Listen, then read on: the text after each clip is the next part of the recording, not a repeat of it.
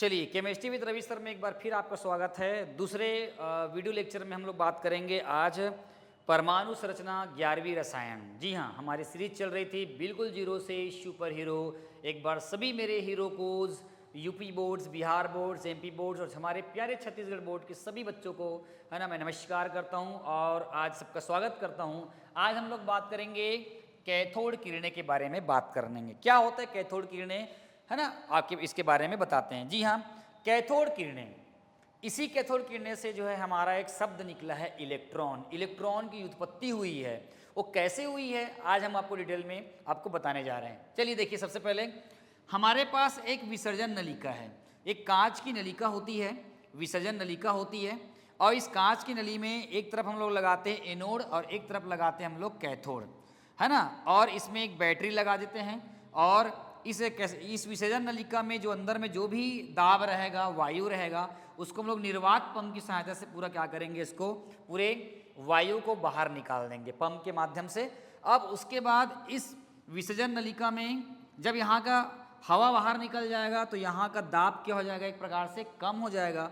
और इस विसर्जन नलिका में हम लोग अक्रिय गैस को क्या करते हैं, डाल देते हैं। अक्रिय गैस मतलब हीलियम, नियॉन, ऑर्गन, जिनान वगैरह जो भी रहेगा उसको यहाँ पे डाल देते हैं। एक तरफ हम लोग फिट करते हैं एनोड और एक तरफ हम लोग क्या करते हैं, कैथोड। और जब इस विसर्जन नलिका में उच्च वोल्टेज पर बैटरी की सहायता से करेंट सप्लाई करते हैं, तो करेंट सप्लाई करने के बाद हम देखते हैं कि कैथोड से कुछ अदृश्य किरणें, कुछ जो है अदृश्य किरणें कैथोड से क्या करता है, वो एनोड की ओर क्या करते हैं, गति करते हैं। क्या करते हैं, कैथोड से क्या करते हैं, एनोड की ओर क्या करते हैं, गति करते हैं। और इसी, है ना, इसी किरणों को आगे चलकर जो है क्या नाम दिया गया, इलेक्ट्रॉन नाम दिया गया।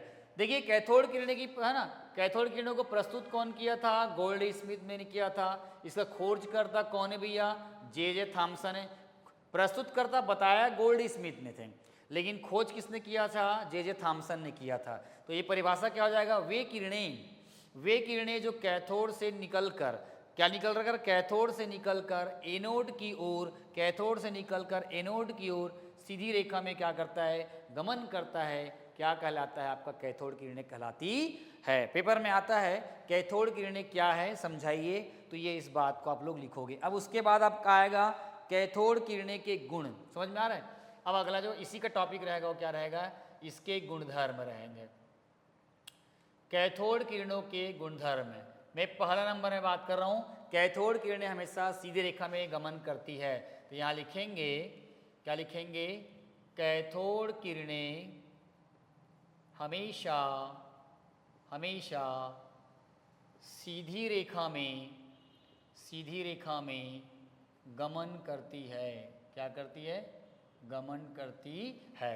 कैथोड किरणें हमेशा सीधी रेखा में क्या करती है, गमन करती है। ये किरणें भरात्मक कणों से मिलकर बनी हैं। दूसरा नंबर क्या लिखोगे, ये किरणें भरात्मक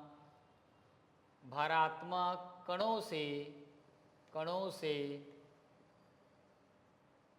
मिलकर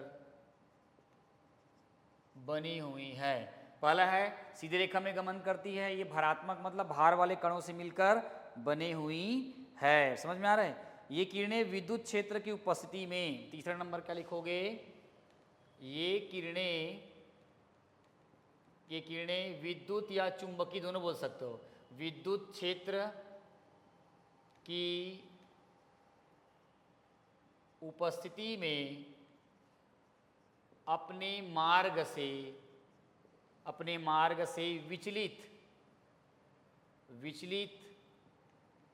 हो जाती है। जैसे कैथोड किरणें, वैसे मान लो की बात है ना, ये आपका लेयर है, ये प्लस और ये माइनस है, और कैथोड किरणें यहाँ से आ रही है। और कैथोड किरणों पर है ना, कैथोड किरणें यदि से निकल रही है, मान लो ये देखो यहाँ लिखा है एनोड पर आ रही है कैथोड किरणें, प्लस चार्ज है मान लो की बात, तो ये क्या करेगा, विचलित मतलब ये माइनस की ओर चला जाएगा। तो ये बोल रहे हैं ये किरणें विद्युत क्षेत्र की उपस्थिति में अपने मार्ग से क्या हो जाते हैं, विचलित हो जाते हैं। चलिए चौथा नंबर देखते हैं। ठीक है, चौथा नंबर में हम बात करेंगे, क्या बात करेंगे, कि ये किस प्रकार से अपना वो करता है उसके बारे में बताते हैं। कैथोड किरणें सरल रेखा में गमन करता है, बता दिया है ना। और कैथोड किरणें कैथोड किरणें ऋणात्मक प्रकृति की होती है। कैसे होती है? ऋणात्मक है ना, ऋणात्मक होती है, तो ये धनात्मक की ओर जाएगा। तो यहाँ पर लिख सकते हैं है ना, ये किरणें की प्रकृति, इस किरणें की प्रकृति क्या होती है?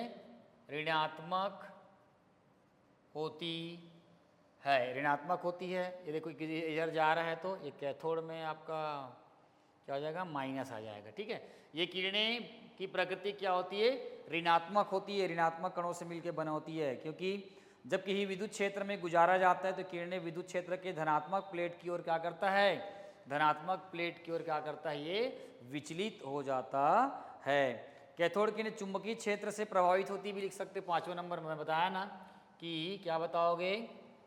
कैथोड किरणें चुंबकीय,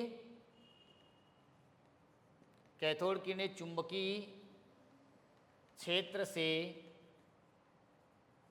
विचलित हो जाते हैं। कैथोड किरणें चुंबकीय क्षेत्र से क्या करते हैं? विचलित हो जाती है। चुंबकीय क्षेत्र मतलब क्या हो जाएगा? यहाँ N लगा दोगे और यहाँ पर क्या लगा दोगे? S लगा दोगे। अगर मान लो अगर ये N ध्रुव की भांति कार्य करेगा चुंबक ना कैथोड किरणें, तो S की ओर मुड़ जाएगा। अगर मान लो S की भांति काम करेगा तो किधर मुड़ जाएगा? N की ओर क्या करेगा? वो मुड़ जाएगा। ठीक है, और ये भी याद रखना, कैथोड किरणें X किरणें उत्पन्न करती है। ये भी याद कर लेना, कैथोड किरणें X किरण या किरणें उत्पन्न करती है। कैथोड किरणें X किरणें उत्पन्न करती है, ये भी इंपॉर्टेंट है। और कैथोड किरणें ऊष्मीय प्रभाव भी उत्पन्न करती है। 7वां नंबर में क्या लिख दोगे? कैथोड किरणें है ना, कैथोड किरणें ऊष्मीय प्रभाव है ना उत्पन्न करती है। इतना काफ़ी है। इसका डिटेल नहीं पूछता है ना, डिटेल क्या है इसको नहीं पूछता। जिसे लिखा है कैथोड किरणें हमेशा सीधी रेखा में एक और लिख सकते हो यार, कैथोड किरणें चमक उत्पन्न करती है, ये भी इंपॉर्टेंट है। कैथोड किरणें प्रतिदीप्त या प्रतिदीप्ति उत्पन्न करती है। कैथोड किरणें जो होती है प्रतिदीप्त उत्पन्न करती, चमक मतलब कैथोड किरणों के मार्ग में यदि अभ्रक का टुकड़ा रख दिया जाए तो जब वो चमकता हुआ दिखाई देता है और उसकी छाया जो है इस साइड में, बैक साइड में छाया भी उसकी दिखाई देती है। तो यहाँ पर कर लेंगे कैथोड किरणें क्या है और कैथोड किरणों के गुण लिखो करके पेपर में आता है, इसको आप कर लीजिएगा, एग्जाम के दृष्टिकोण से बहुत इंपॉर्टेंट है। चलिए मिलते हैं अगले वीडियो में, तब तक लिए थैंक यू।